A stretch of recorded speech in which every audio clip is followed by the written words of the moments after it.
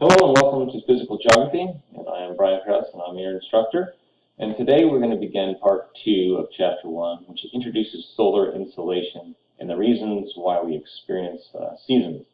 In this mini lecture, like all mini lectures to come, I'm not going to cover all topics or ideas presented in your text. Rather, I'm going to focus on a few key ideas and discuss them in a bit more detail.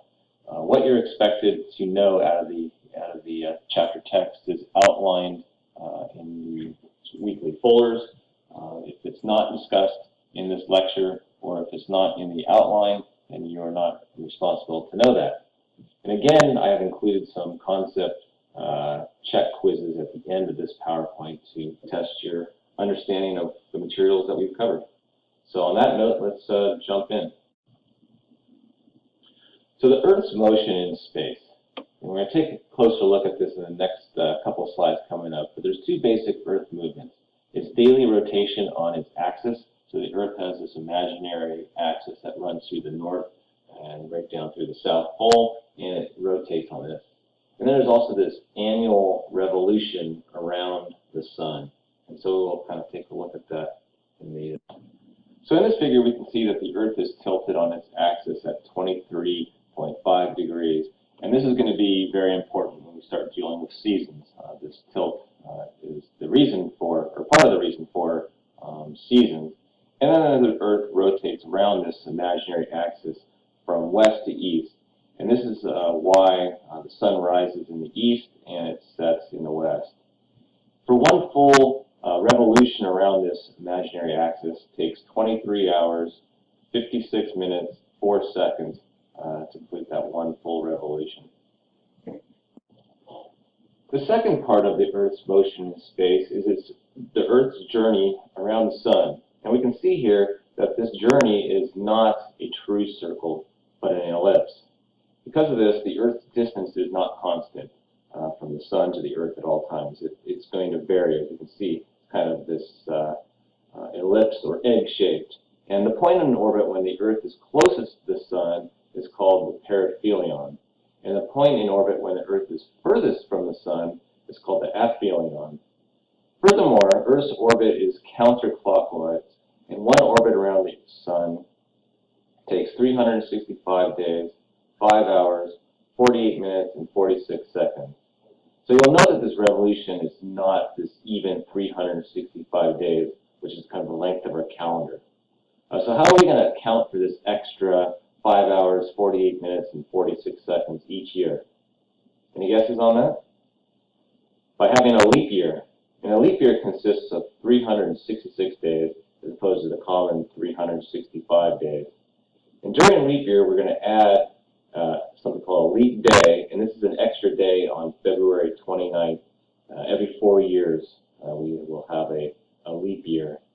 And just being said, the leap year is needed to keep our calendar in alignment with the Earth's revolution around the sun, since it takes a little more than the normal 365 days to get around the sun. So if we did not have this extra leap year, we would lose almost 6 hours off our calendar for every year. And after only 100 years, our calendar would be off by 24 days. So that's a significant amount. So that's why we have leap year. The topic of insolation will be discussed in more detail in Chapter 4, but I thought it was important to just provide a little bit of a basic introduction here. So the amount of intensity of solar radiation that's reaching the Earth is affected by the tilt of the Earth's axis. And recall that the tilt of the Earth's axis is at 23.5 degrees, and its orientation as it revolves around the sun. The sun angle at a place varies over the course of a year as a result of this constant tilt of the Earth's axis. As the sun angle decreases, light is spread over a larger area and decreases in intensity. We can just kind of measure that by energy input per unit area. So here in Figure 1 illustrates the effects of changing sun angle on the area illuminated and intensity of the heat at different sun angles. So beam A and B have the same amount of energy as they pass through the atmosphere, as shown by having the same width. Beam A is striking the surface of the Earth at a 90-degree angle, and this is the highest angle a beam of light can have. It illuminates the area that's outlined by the solid square.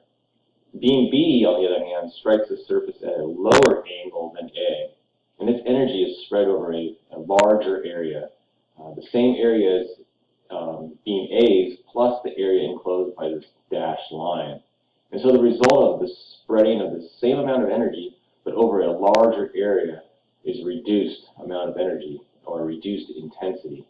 So the lower intensity input results in less heating.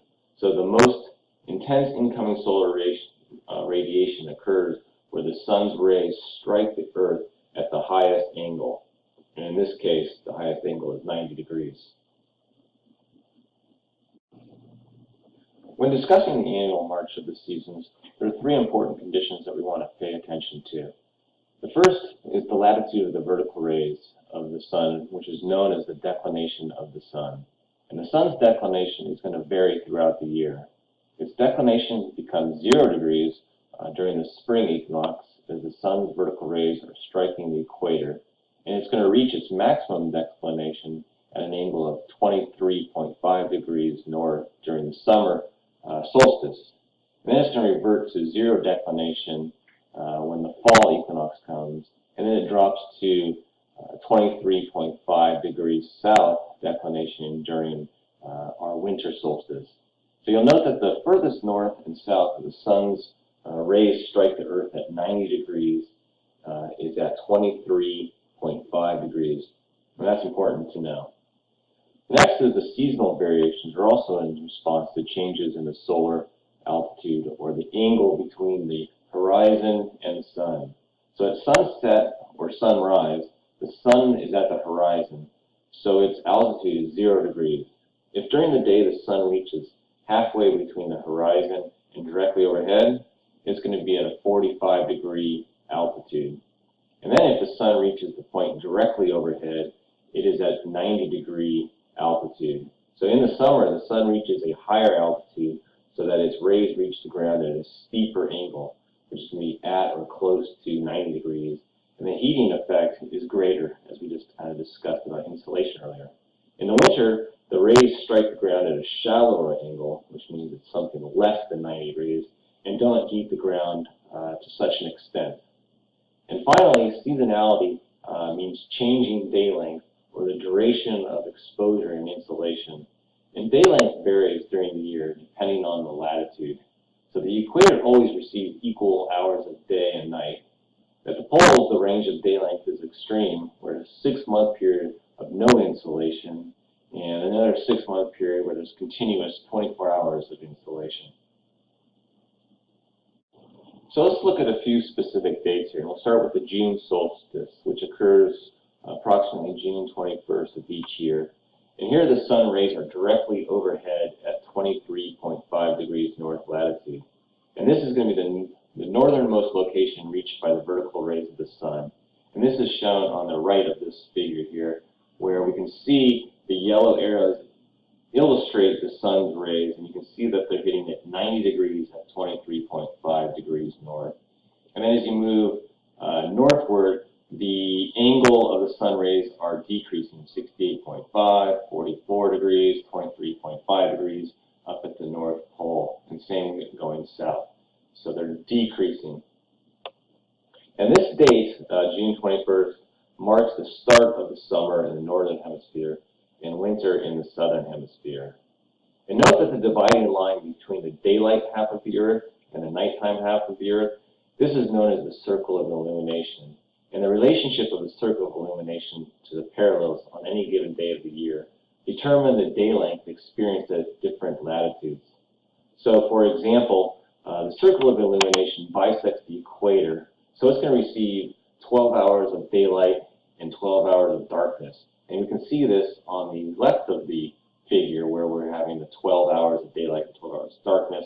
And then if you move to the north, up to the North Pole, 90 degrees, you'll notice that there is 24 hours of daylight, because the North Pole is completely within the circle of illumination. The the light.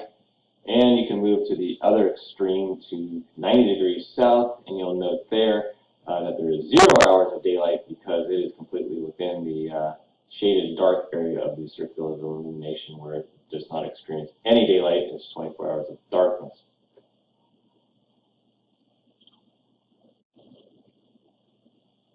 Next is the December solstice, and this occurs on or approximately December 22nd each year, and the sun is directly overhead at 23.5 degrees south latitude, so just the opposite of what we looked at.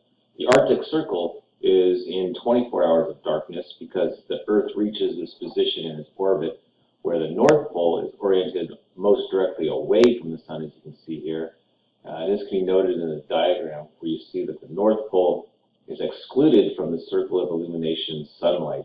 So you can see that the North Pole is in complete darkness all the time, so it's experiencing 24 hours of darkness. This is also marks the start of winter in the northern hemisphere and summer in the southern hemisphere. Equinox occurs on approximately March 21st and September 21st each year, and the day length is 12 hours worldwide. Equinox meaning equal, so we're receiving 12 hours of daylight. The sun is directly overhead at the equator, meaning the sun's rays strike the equator at 90 degrees, receiving the most insolation, as you can kind of see here in the diagram. So this kind of concludes the slide here on the annual march of the seasons. The following slides are just review questions again for you that are not necessarily the exact questions you'll see on chapter quizzes, but very similar, and if you do well on these quizzes, you should do well on the graded quizzes.